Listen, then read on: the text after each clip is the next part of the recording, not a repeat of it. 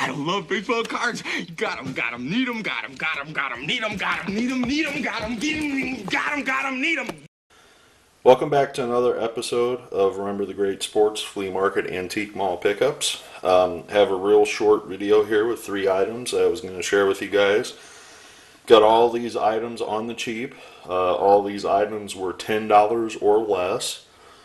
So one of these I actually picked up at a yard sale, not at a flea market, but I'll get to that in a second. But let me introduce some pretty cool items that I added to the collection, and you just never know. The first thing I want to share with you is an official 1988 World Series program. And if many of you viewers may not be aware, this was the World Series between the Oakland A's and the Los Angeles Dodgers. That's a pretty cool ad that I just opened up to there. This is announcing the 1988 Golden Spikes Award contenders. Andy Bennis, Jim Abbott, Mike Fiore, Ty Griffin, Tino Martinez, Billy Moss, Greg Olson the pitcher, Dave Silvestri, Ed Sprague, Robin Ventura, Ted Wood, and Mark Standiford. I don't know him. And there's a picture of Jim Abbott down here at the bottom, who won the award in 1987. I just randomly happened to open up to that page, and that was the first thing that I saw. Pretty cool insert. And the common denominator with almost all of these guys is they were members of the 1988 Team USA Olympic baseball team. So, pretty cool little note there that I just happened to open it up to that page. But this is a program that features a lot of baseball fun trivia about the World Series. Got its old 1980s ads in there, of course. There's the announcing team. There's a Nissan ad for a car. 80s, gotta love them. There's an old Coke ad. There's Dale Murphy selling a camera. So there you go. Dale Murphy collector that I'm subscribed to, you probably love that picture. You better buy that Canon camera. There you go. Bart Giamatti, the president, who is at this point wasn't the commissioner of baseball, but when he became the commissioner, he was the one that banned Pete Rose from the game. Dr. Bobby Brown, when he was the American League president, the former New York Yankee infielder, who went on to become a doctor after his playing careers. There's a lot of World Series trivia. Oh, here you go. You gotta love this ad. A VHS official World Series video, only $19.98 plus shipping and handling. That is completely awesome. Wow. Wow. So there you go, kids. The kids that weren't around in 1988 that watch this video, there's a VHS tape. This is how you relived your memories of your favorite World Series in your baseball. You had to buy the tape and be kind and rewind when you're done watching it. Doesn't look like there's a whole lot of info about the teams in here. The Dodgers and the... I'm kind of looking for the middle section that would have like the roster and that kind of stuff, but I'm just not. Oh, here you go, guys. A perfume ad. Or a... Yeah, that's funny.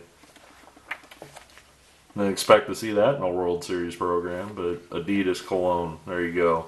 That is awesome. Looks like it's been well sniffed out, though.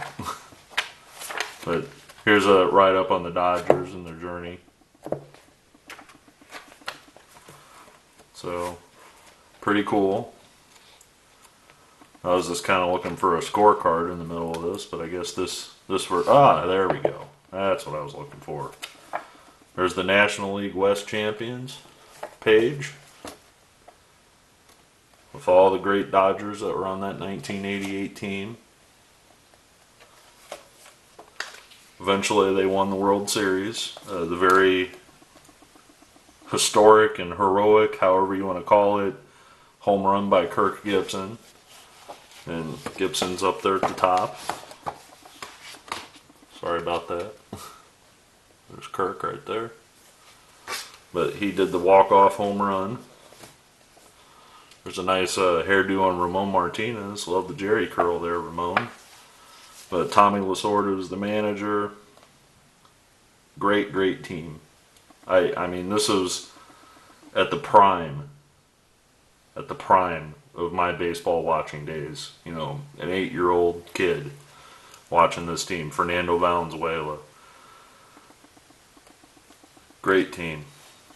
Here's the Mets that they defeated to get to the World Series. So that's pretty cool. There's the scorecard in the middle. I knew it would be in there somewhere. It just didn't really stick out really well. So my guess is they just printed these before the World Series to cover all their bases, because there's the Red Sox roster. They figured, you know, why not print these, because one of those 4 teams will be in there, and there's the Bash brothers right there. Jose Canseco and Mark McGwire. The Oakland A's, 1988. I mean, I remember watching this team thinking, how could anybody beat that team? I mean, they were just stacked 1 through 9. Their pitching staff featured Bob Welsh, who was coming off a great year. Storm Davis, was a good pitcher. And of course, Dave Stewart, the ace of their staff right there. Dave Stewart was there. I mean, that was one heck of a pitching rotation.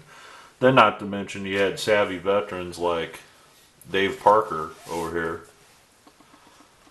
here, playing the outfield and DHing, and Don Baylor was on that team apparently as well. And Dave Henderson, who was a very, very underrated good ball player on that team. This is one World Series that they probably don't want to remember in Oakland. They were, I mean, I can't even imagine how good of a team that was. They were an excellent team. So, moving on, 1988 World Series program, I only paid $4 for. As you can see, the original price was $5 back in 1988. So, I saved a whole dollar just by waiting almost 30 years to get this get this program in my possession. Saved $1. So just goes to prove, if you're just patient, you can save some money.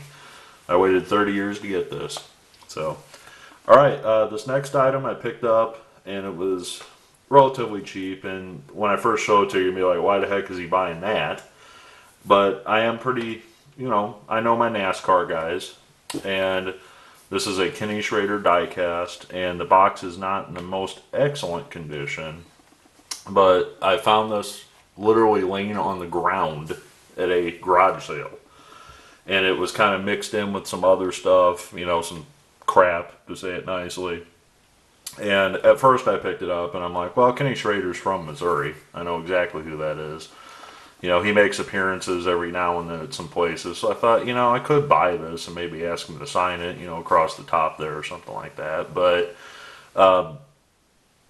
I was like, yeah, they're asking a little too much. I mean, they knew what they had, I thought. They were asking $5 for it. And I'm like, no, I'm not buying it for $5. So I turned it over, and lo and behold, Kenny had already signed the back of the car. So that is signed by Kenny Schrader. At least I assume it's signed by Kenny Schrader. I mean, I obviously didn't witness him signing that. But I thought that was a pretty cool autograph. Figured I'd save myself the trouble, and I was actually able to talk the guy down to $4 for the die-cast here racing car. And it's signed on the back, so I thought, well, I guess I can save myself the trouble and not get Kenny Schrader to sign it in person, because he's already signed it. So definitely happy to add that to the collection. I have no race cars signed. This is the first one in my entire collection that I've ever gotten. I know Kenny signs through the mail. I've gotten him to sign a couple cards for me before through the mail, so I know that he's a pretty good signer through the mail. His address is out there, so if you guys have cards laying around of him, definitely send them out. He seems to be a pretty good signer, so glad to add that Kenny Schrader signed diecast model car to my collection.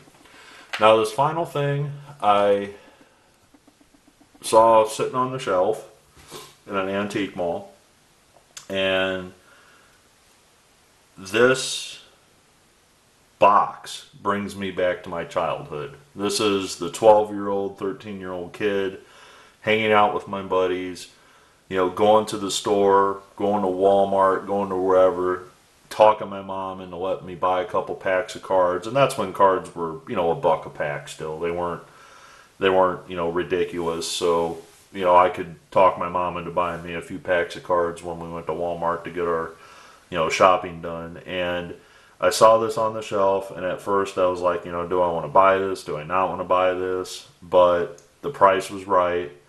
And that is a 1993 Upper Deck sealed wax box. And I remember buying the heck out of these cards back in the day. Series 1 and Series 2. Now, for some of the viewers that may not be aware, the Series 2 version of this set is where the Derek Jeter rookie card lies. Series 1 of this set does not have the Derek Jeter rookie in it. I've bought a box of Series 1 thinking that the Jeter was in there, and I of course was wrong because I opened the entire box and did not find one Derek Jeter in the entire box. So I go back after I open the box and I'm like, well, how did I not pull a Derek Jeter out? And of course I figured out, oh, well, that'd be why, because he's in Series 2. I am not certain on this. I would have to do my research. I want to say this is the first year that Upper Deck split the series into two. And I think I know the reason why. If you look down here in the corner, and I'll try to hold that up the best I can without it getting too blurry, it says Rockies and Marlins cards included. So my guess is the reason that they ran only Series 2 was because they wanted to wait to see who was assigned to the expansion draft to the Rockies and the Marlins so they could print out cards of them and sell them at retail and, make them as the new hot thing. And I remember when the Rockies and the Marlins came into the league, you could not go anywhere card-wise without seeing the Rockies and Marlins team sets. They sold them at Walmart, dealers, card shops, on down the list. They're like, oh, look at this expansion team. You better buy their cards now because you just never know. Well, reality of that is those cards really aren't worth a whole lot at all, nowadays.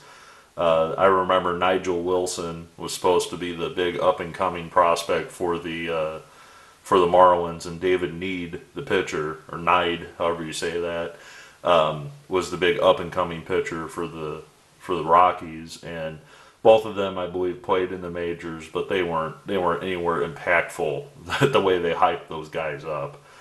And I have multiple sets of those Rockies and Marlins expansion year sets, 93 Upper Deck, 93 Stadium Club, Walmart, or whatever that set's called, 93 Tops, they were in Series 2.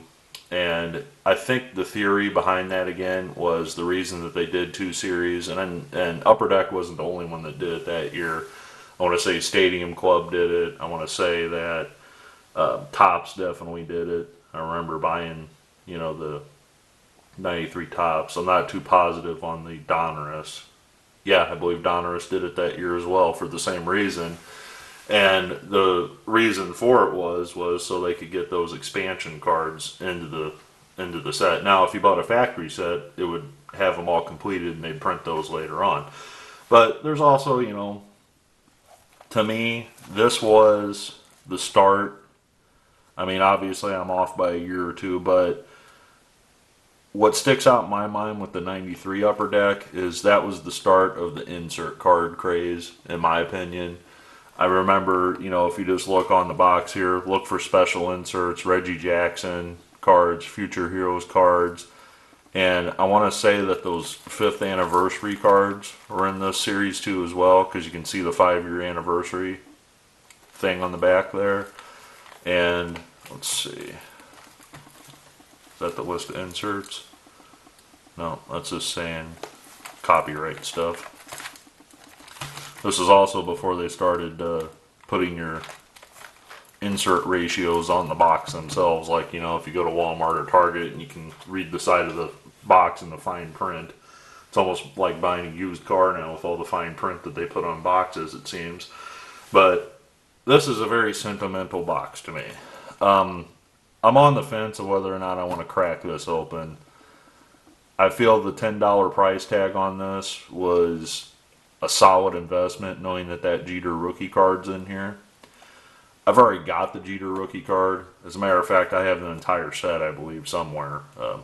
Might be out in my garage, but I know I have it somewhere. But, you know, I think I'm just going to leave this sealed and just sit on it for a little bit longer, because knowing that that Jeter rookie's in there, potentially in there, let me say, is definitely something that, you know, that keeps my interest peaked in this Series 2. Now, if I ever happen to run across another box of Series 2 for $10, maybe I'll open that one up. But for now, this isn't at the top of my priority list.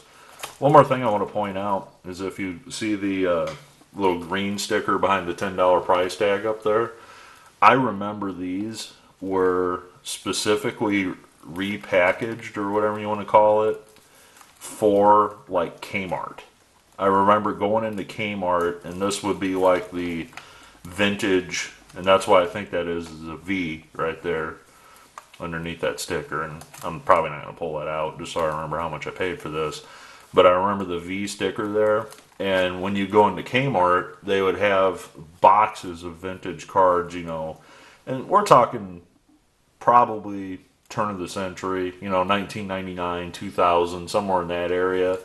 And they would have boxes and boxes of just vintage cards from the early 90s or, you know, below. And not necessarily super expensive boxes. I mean, they weren't putting like Topps Finest in there or anything like that. But, you know, or even the premium Bowman sets, they didn't have boxes of those. But they, you know, they had tons of like 91 Bowman, 92 Topps, 93 Topps, you know, Upper Deck, you know, base, not, you know, super expensive Upper Deck cards, but the normal base ones. But just wanted to wrap this video up, and thank you for joining me on another Flea Market Antique Mall video. Thanks for watching, and I look forward to your comments below.